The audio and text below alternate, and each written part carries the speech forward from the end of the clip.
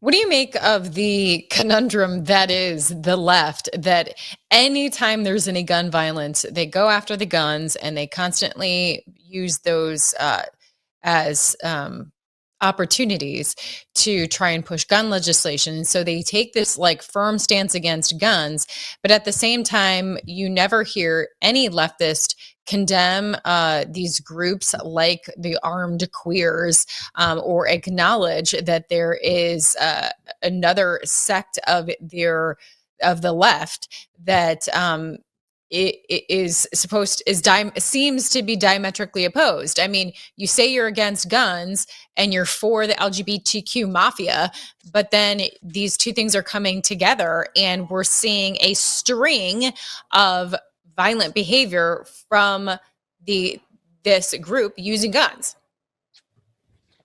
Yeah, well, if double standards, if there weren't for double standards, they wouldn't have any. And it's completely hypocritical because you look at this Armed Queers of Salt Lake City, Ermaya Fanayan, the leader or the organizer behind it, that person used to be a representative for March for Our Lives or Every Town for Gun Safety, the David Hogg organization. So this person, Fanayan, previously was a gun control advocate, and then goes and sets up Armed Queers of Salt Lake City. They had a other group called Pink Pistols that was about arming LGBTQ people, and so they actually they're not against gun control, or they're not against guns. They just don't want their perceived opponents to have them. So all of the talk of gun control, you've kind of noticed it disappear because nobody's giving up their guns, not in this political environment, not when someone as gentle and as peaceful as Charlie Kirk is going to get shot in front of everyone in like just a brutal execution style. And then, of course, I mean, we had before that the slashing of the beautiful young woman on public transit in North Carolina. So gun control talk has pretty much disappeared because nobody's going to give up their guns. And so I guess they're going to arm up, but right-wing people are no threat to the left-wing people. Not usually, not normally. You just look, there was a poll done this past week by YouGov, a leaning left pollster, that says people who identify as mostly liberal, 1 in 4 believe that some form of violence is acceptable against their political opponents. That's a shocking number. 1 in 4 people who are very liberal. For conservatives, it was 3 out of 100. So just 3% of people who are very conservative. That's still too many, obviously. Nobody should think that you should use violence against your political opponent, but it's completely mismatched. And so having these groups out there that are kind of maybe reckless, I'm not sure, is a little alarming. Nobody's going to give up their guns, though. What's really sad is that the propaganda operation is so good sometimes that even those of us that are aware of it, myself clearly aware of it because I spent so long in legacy media, if you will, and, was faced with it and left. But I found it opened my eyes, the situation opened my eyes that even I had been a victim of the propaganda about Charlie Kirk. Because, since I left legacy media, I've continued to take pride in the fact that I'm an independent. No, I'm not a Republican.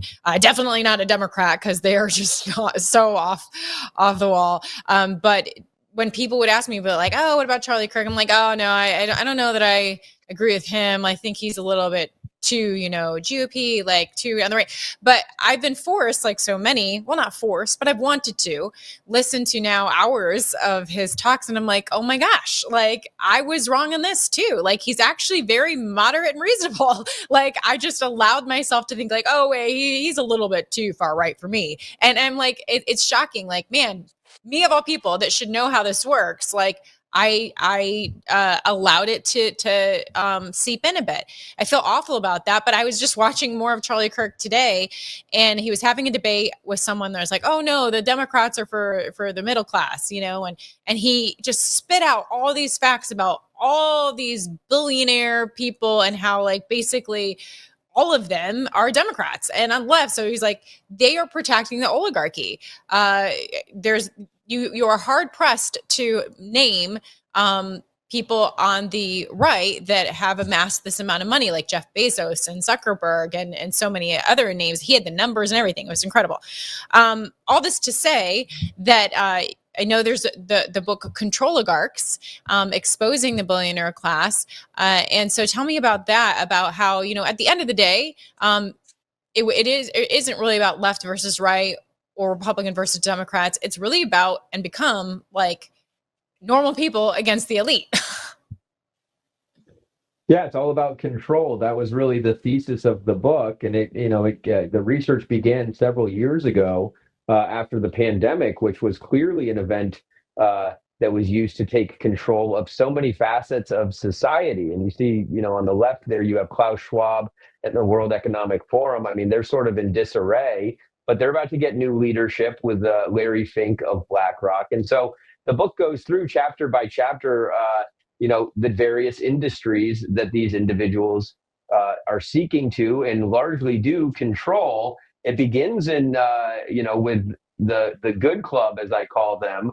There was a meeting with George Soros, Bill Gates at Rockefeller University in New York in May 2009.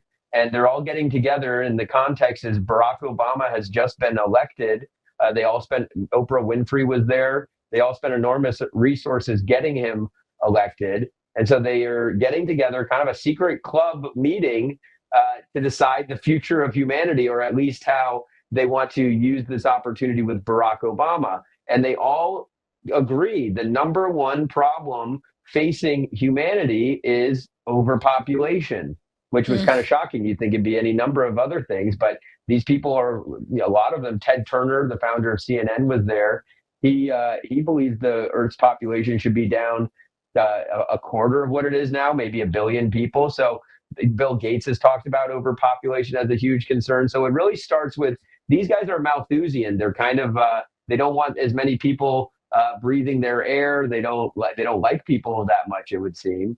And so they set out a plan for lowering the Earth's population. They've failed, obviously, because it keeps growing. But climate change was a major thing that came out of this. They think if you decrease the energy, and then Bill Gates's pivot to global health and vaccines, there's no evidence that I found, or at least put in the book, that his vaccines are killing people en masse, but a lot of people believe they are. And it's just a little suspicious and perhaps ironic that a man who claims to want to save people simultaneously thinks that there should be less of us. It goes through the war on farmers, Bill Gates' attempt to take over farms. He's pretty far along with that. All of his fake foods, fake meats, fake milk. I just saw a new company, Fake Butter, that they're using carbon to create butter. It doesn't seem like that would taste very good.